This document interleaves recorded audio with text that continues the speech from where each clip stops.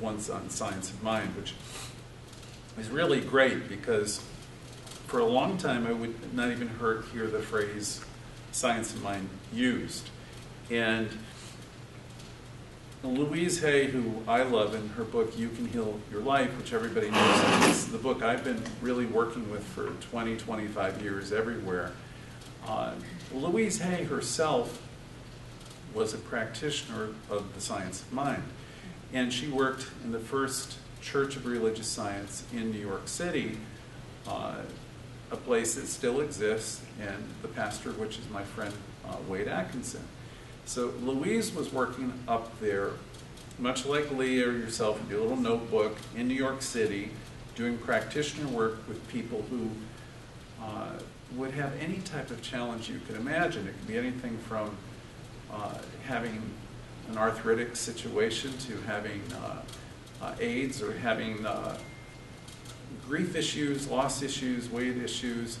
Louise was working with everybody, and she was keeping a little journal, like you have in front of you, of the conditions that people are presenting and their story about the conditions that they were having. Because everybody seems, if you have a condition, usually you have a what? A story. And it seems that one always goes with the other. Okay? And so what does that have to do with the Science of Mind? Well, everything. See, the thing is, Louise would say, and I know people don't like hearing it, I'm almost reluctant to tape it, she would say all illness is invited on some level and in some way. And I would recoil against that statement, thinking I would not in my right mind create a situation where I would be in a relationship with someone who would treat me in such and such way. Or I would not in my right mind create a situation wherein I'm in a family where there's a ton of dysfunction. Who would do that to themselves consciously? Well, the answer is nobody would do it to themselves consciously. But what we work with in the Science of Mind is not always our conscious thinking, okay? I mean, we work with conscious thinking in one respect because we learn to speak and we learn how to think affirmatively. In our classes, week by week, those of you who attend, you know, we spend some time with diagrams and discussion around our belief system. And our belief system is a little bit closer to what our story is really all about. In our classes, we generally ask a question at the beginning of the class most weeks, which would be something akin to, what's it been like being you this week? And it's only because as you start to talk and as you hear yourself speak and as people listen to you, you'll hear yourself tell on yourself in a way. Whatever lives inside of you shapes your reality. Okay? And this, you might say, well, what does this have to do with the Science of Mind? Well, everything. Everything. Ernest Holmes would say, find me a person, or 100 people, a person who lives from an affirmative place. An affirmative place. Well, what would, if I were coming from an affirmative place, what would I be doing? How would I be acting? You know, I would be learning to affirm life. You know, our opening chant here, our opening song was what? What was it? I choose life, I think life, I can't remember, just a few minutes ago. Life supports me. Well, that's a belief. The question is, what lies beneath the surface? We show up at centers, we show up at our jobs, put on nice clothes, makeup and all that. You're putting literally your best face forward. And you look good and you sound good, but what lies beneath? What lives with you all day long? Because what lives on the inside is really the thing that announces you in the world. Ralph Waldo Emerson said, what you do speak so loudly I can't really hear anything you say. You see, it's nice to have affirmations. We all have them. You have them on Post-it notes. You have them on magnets. We have them. We know nice things to say. But what is it that lives inside? That's the thing you really want to look at, and that's the thing you want to work with. The thing about Science in Mind is Science in Mind really can take you all the way in every way you want. It can create for you avenues in mind that will bring you wealth, prosperity, wonderful relationships, better health. All of it's there for you. And the only thing that's ever going to stop that from happening is the stories that live within about what you can't do and what can't be done. I can't get better. I can't, and I can't. It's too late. Those are the things that are killers. This center, for example, is a beautiful idea in the mind of God. All we need to do here to be prosperous is to be in unity. The thing is, it's funny, because if we come from a connected place personally, in our own life, if within your very being, if you come from a place of knowing you're supplied and supported, loving and lovable, and you deserve all good things, then you become a magnet to your good. For our center here to grow and to evolve and to be successful and more successful, it only needs to start with a very small handful of people who are in that shared consciousness, because that's attractive. It is the law of attraction. If a house is divided against itself, this could be you or this could be our center.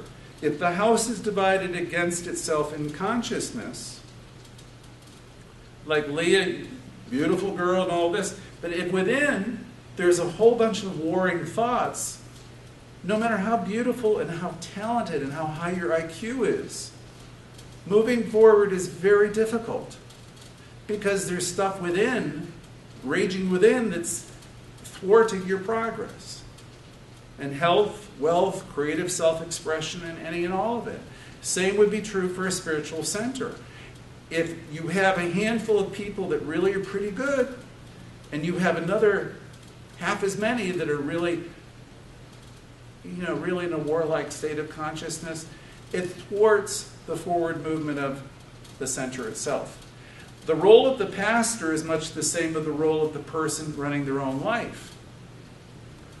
A job that I don't like, personally, is when I'm in a situation, we try to work with people to get people into place in the center so we move forward together. If we can't, in the old days I keep working with them and working them with them. It's really better that I step in and pull out the bad idea, or suggest they go someplace else. Same would be true for yourself. If you're in a situation with a family member that's protracted, you really got to look at yourself and how you're handling them and the interaction. Because if it's the same thing over and over and over again, you're working against each other, then you really got to really think about that relationship a little bit. I have family members that I love, but I don't spend a lot of time with a few of them, a couple of them. I don't have the power to change them. I want you to think of the people that you love. I'm sure one or two comes to mind where you have some problematic interactions with them. Right? There's got to be at least one, right? And if you keep going back to that person and looking for that person to give you approval, and you keep going back to that person to love you in the way you think you ought to be loved, and you keep going there, it's like going to a what?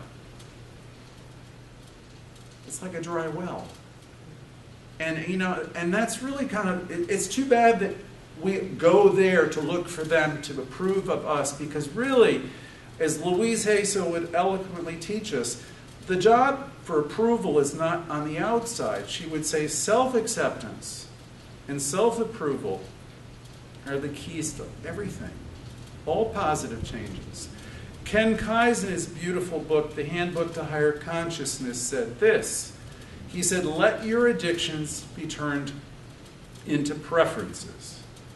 And so what he's talking about there is, there's loads of things in your life you would love to have happen. You would like to have success in your businesses and your relationships, your health, and greater health. We all would like that, I think. The thing is, if I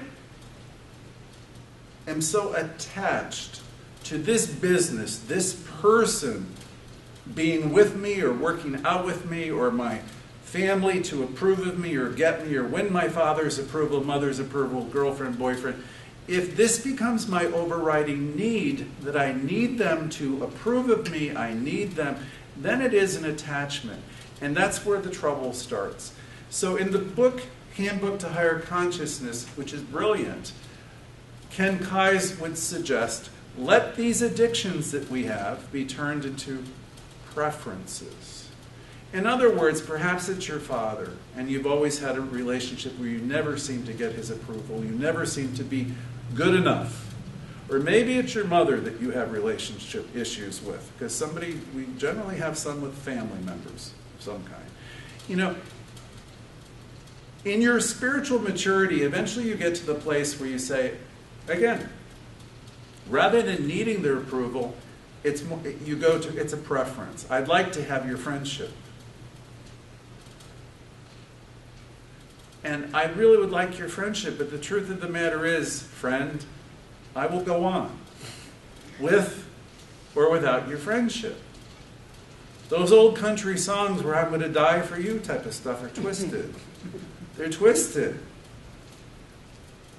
I'm reminded of a popular children's book which was called The Giving Tree, which some of you may or may not have seen or read about. The Giving Tree is a story of this beautiful tree. It's probably 100 and 200 years old. It's majestic, right? And it's been around forever, and this young family comes, and then there's a boy who comes there and he plays under the tree, and the tree is happy, it says. And from a toddler up to a teen, he comes and he carves his initials in the tree, and the tree is happy, and it goes on and on and on. And he builds a tree house in the tree, and he has all of his friends there, and the tree is happy. And even though the tree has lost a couple arms, the tree is happy. And it goes on, and he becomes a young man, and he wants to sail another part of the world, and he needs wood, so he cuts down the tree. And it says the tree is happy. And he comes back after 50 years, and there's a big stump there, right? He's not a young man anymore, he's an old man.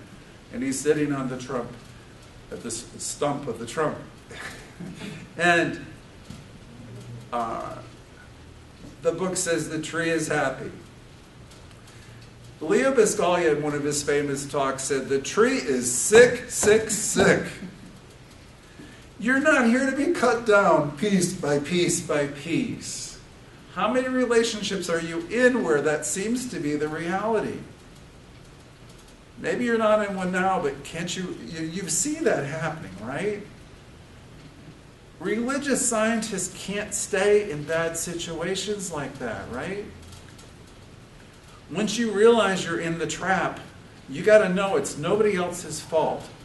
See, there's the thing, the great news of religious science is there's nobody to blame, because what you understand in religious science is everything that's happening in your life, it's not happening to you, it's happening for you. If you're in a situation, on a job, where things seem like rejection or things are coming up, it is much better of you to notice what's happening and start to say to yourself, okay, look what I'm creating now. Look what I am creating now. That's far more empowering than being talking about what people are doing to you. See, when you are caused your own experience, which is what we teach you here, then boy, you're on steroids, meaning there's no place, nothing can stop you. If that's your conversation on high, that's you and you with God. When you're talking about people, places, and things that are doing things to you, wrong conversation to be having. Much better conversation in religious science is taking responsibility for what you're thinking. I have to do that week by week in the church. I'll get the Saturday night phone calls, the Sunday morning phone calls.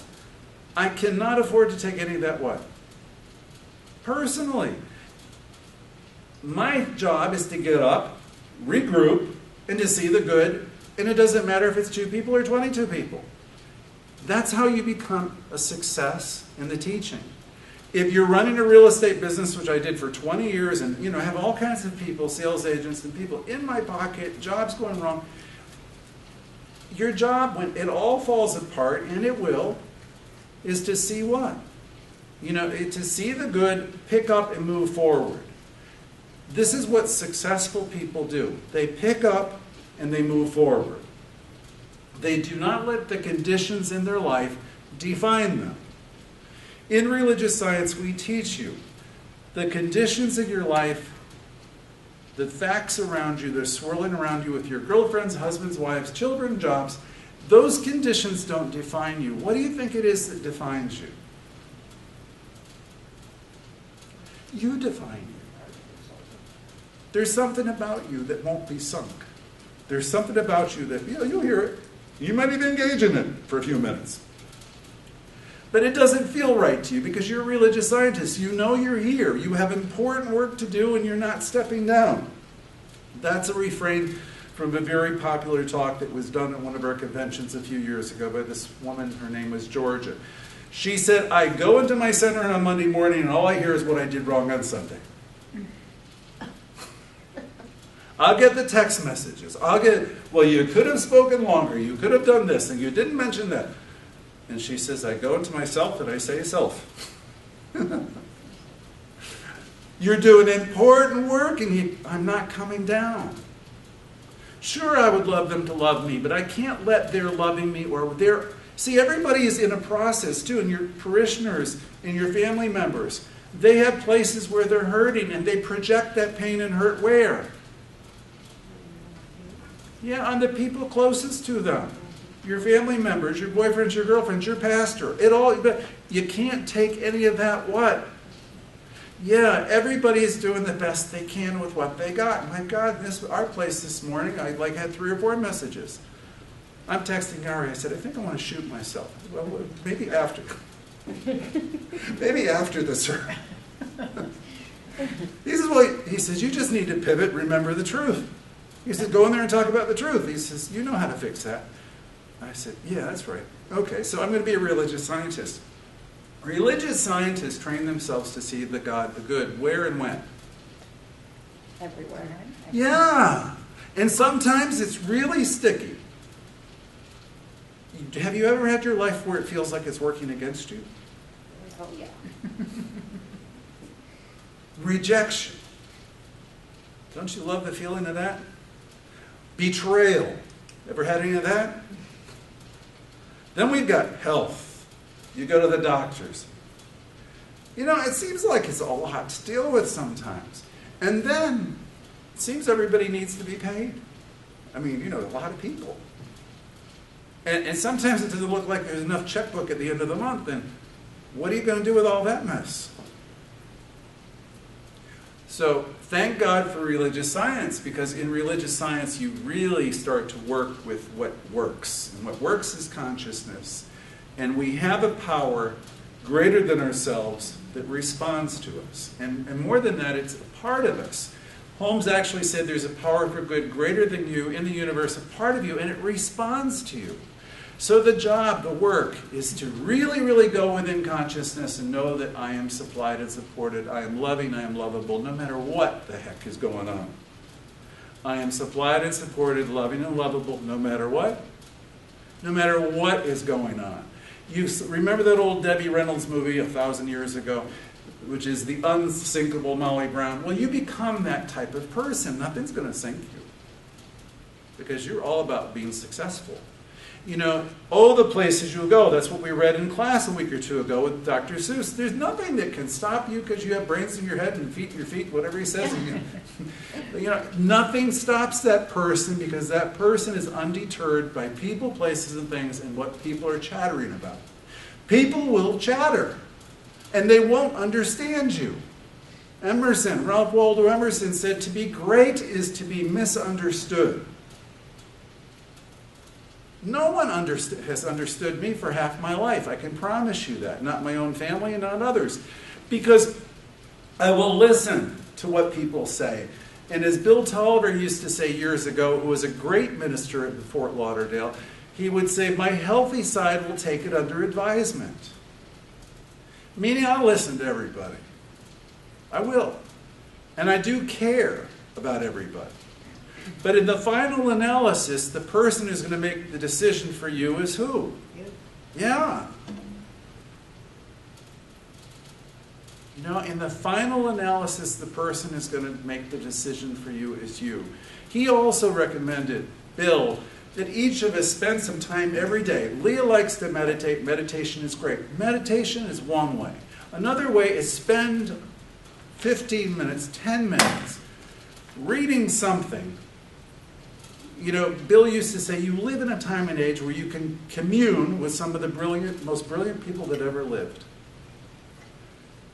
Imagine what it would be like if you spent 10 minutes every day reminding you of how great you really are in the scheme of things. If you fortified your consciousness with a reminder of how talented, wonderful you are, about what's possible in your life, you know, this is the type of friendship that I personally relish and I crave. I really don't know what to say with the inbound negativity on a text message. Because really all that is people's unburdened hurt. And they can't help it, right? It is where they are at. I can't solve their drinking problems. I can't solve their other problems. I don't have it within me to do for another that.